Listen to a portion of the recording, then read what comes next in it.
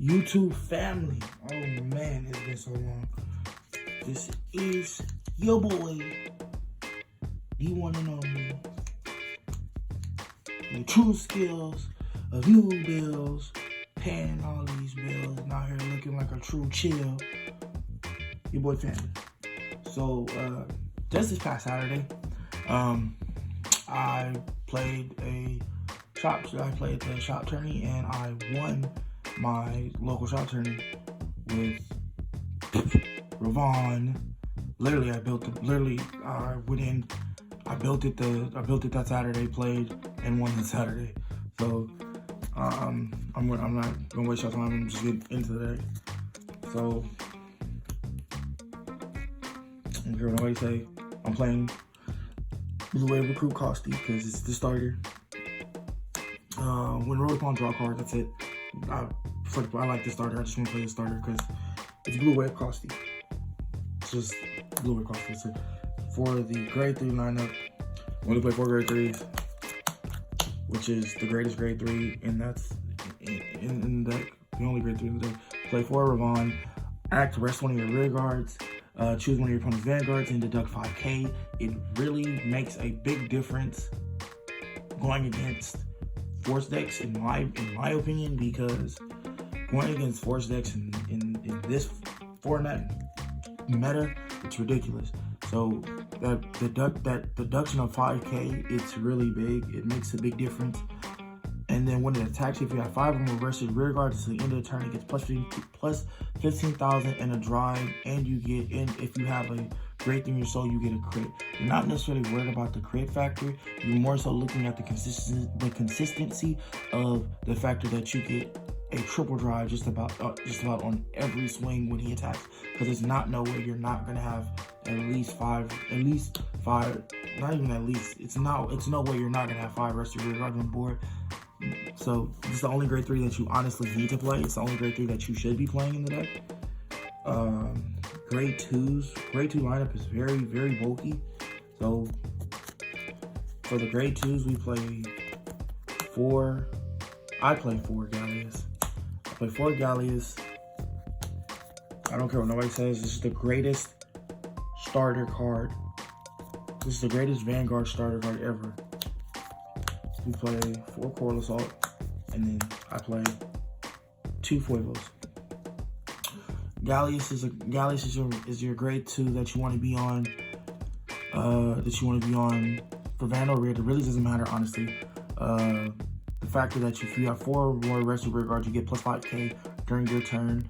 And then on top of that, if your grade 3 vanguards, attacks and your opponent's power difference is different from its original power, counterblast 1 and then stand him. So free restore or counterblast, restand. What more can you explain about that? I don't care what nobody says. Algos is the most busted, grade 2. So literally, when it attacks, if it's the second battle of that turn or more, when it's on Van, counterblast 1, soul blast 1, stand one of your rear guards. And you have other units that can make a big play, that can make a big splash off of his skill as well. And then when he's on rear, if it's the first battle of that turn, counterblast 1, stand him. So if he stands something on, he'll either stand something on Van or he'll stand himself on rear. So literally this is so it's a big game changer to me. He makes bigger plays. He makes bigger plays in this deck than he did when we had to play him in Maelstrom. 4 Coral Assault, because of the factor that you do play units that Soul Blast and whatnot. Prime example, Algos is 1. He has Soul Blast in his ability. If you have 4 more rested rear guards, he gains during the battle that he's attacking. If you have 4 or more other, key phrase in this is other. The keyword is other. Other units are in rest. He gains 15, so he can't count himself if he's rested. If it's another copy, then that's different. But if he's rested and you're counting him as the 4 rested rear guards, you won't get the 15. It sucks, I know, but that's added on pressure. The big thing with him is at the end of your turn, if the total number of attacks this turn is 4 or more, you put it into the soul and then you draw a card. So after your after 4 more attacks and at the end of the turn, chuck him straight into the soul and you get to plus a card in hand. You have draw utility. That's pretty big. Kind of want that, kind of need that. I like it. I don't see the problem with it. And then 2 foibles, because foibles is when it's placed. He's a Revonn tool. So you Soul Blast 1 and rest him, and then look at the top card and call it to a rear. And then his rear skill is just about this same wording. Just instead of counterblast, it's you discard a card to stand him. So counterblast, discard. I prefer the 4 over. I prefer Gallius over Foibles because Gallius is better than Foibles. Foibles came up, I say once in the tournament. Literally once in the tournament because I don't know, I just wasn't drawing him, I guess. But I'm not tripping it. I only used him as a Vanguard target because he was my only great to win at the time. But honestly, you could get away with playing 1 and playing something else, but you kind of want to play the foibles to be on that safe note because of the super factor. He can restand after and whatnot, and then you get 2 more, another attacking unit. If you have both of these units on the board, you have 2 attacking units that can attack on another attack after you attack with Revonn. So I like this ratio a lot. It's not a bad ratio, and it hasn't failed me. So I personally like it. Grade 1 lineup. My grade 1 lineups. Oh man, I'm not gonna lie to you. My grade 1 lineup got me through the tourney. 4 of Goyce because he's your grade 3 searcher, and when you rest, he does include himself, and he can't count himself. And another thing about Gallius, with the 4 more rested rear guards, he does count himself. There's no other units. That's the key phrase that Coral Assault has, that you can't, that makes it that makes it to where he gets the plus 15. You have to have 4 other units. But with Gallius and Baragoyce, I don't know how to pronounce the name per se. They count themselves as the rested units. On Banner Rear, he can do that, and then on Banner Rear, look at top 5, add a grade 3. The most greatest grade 1 in the whole deck. Greatest grade 1 ever. I opened 3 of these. I opened 3 of these in the last round. I opened 3 of these in my last game, and I was looking like the pluses. And it wasn't even the factor of searching for algos. It was the plus factor was the fact that regardless of you adding or not adding, you still was gonna get the 3. I still got the 3K, and then on top of that, I got a whole free shuffle afterwards. So even though I missed adding, I still got a free 3K shuffle. I still got a free 3K and a free shuffle. So there's no neg on this. I highly suggest you play for it. If you don't play for it, you're not doing something right. The newest grade 1 that dropped off as a set. Narissa, greatest target to choose for resting a unit when it comes down to Revonn's skill. When she's rested by another card ability, Soul Blast 1, stand her and she'll get 10K. Stand her and she'll get 10K. That makes her 18K. On a front row reverse circle, that makes her 23K. On an Excel circle, that makes her an 18K booster. And then at the end of your turn, if you have 4 more rested rear guards, that counts herself. She counts herself as one of the rested rear guards.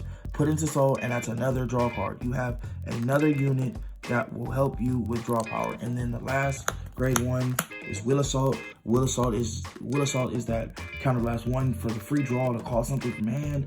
At the end of the battle, boosted, choose 2 rear guards, and key phrase, you may. Key phrase in this whole thing is you may exchange their positions. You do not have to. There's key phrases in these cards, and people do not pay attention to them, and I don't know why. But for sure, play. Me personally, I would play 3 wheel assault. You don't need title assault in this deck at all. If people want to argue with me, I have no problem arguing. It's up for debate. Me personally, I just don't see title assault being ran in your great lineup at all. It's not needed. Lastly, your triggers. Your 4 draw trigger PGs. 2 regular draw triggers. So 6 draw. 6 crit. You don't need front triggers because they're not needed. You want to add as much pressure with this deck as you can. And then lastly, mandatory 4 heals because you need heals.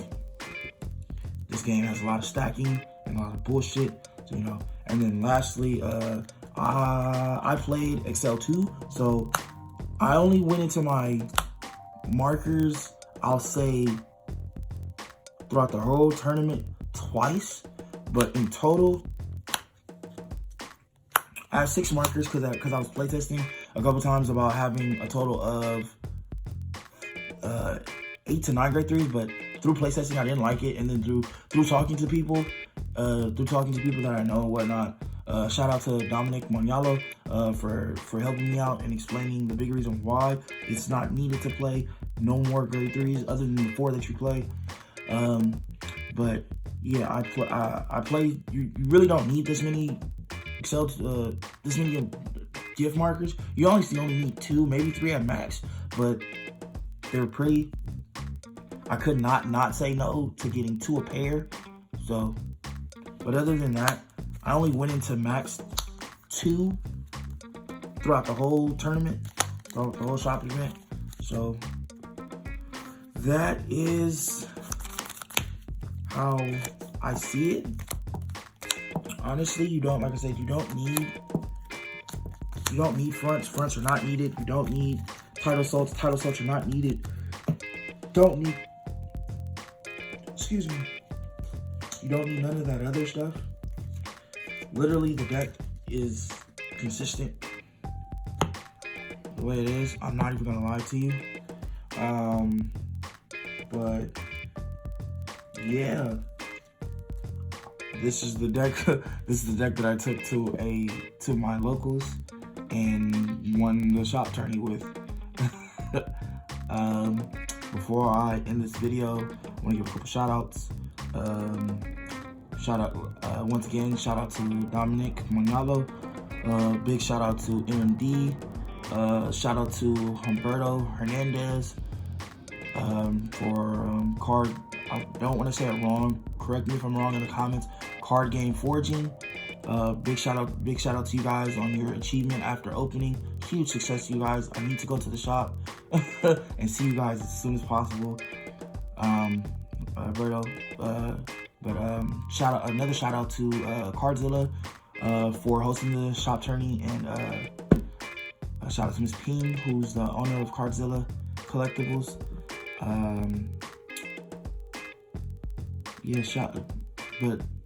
Big shout outs to, like I said, big shout out to MMD. Love you guys.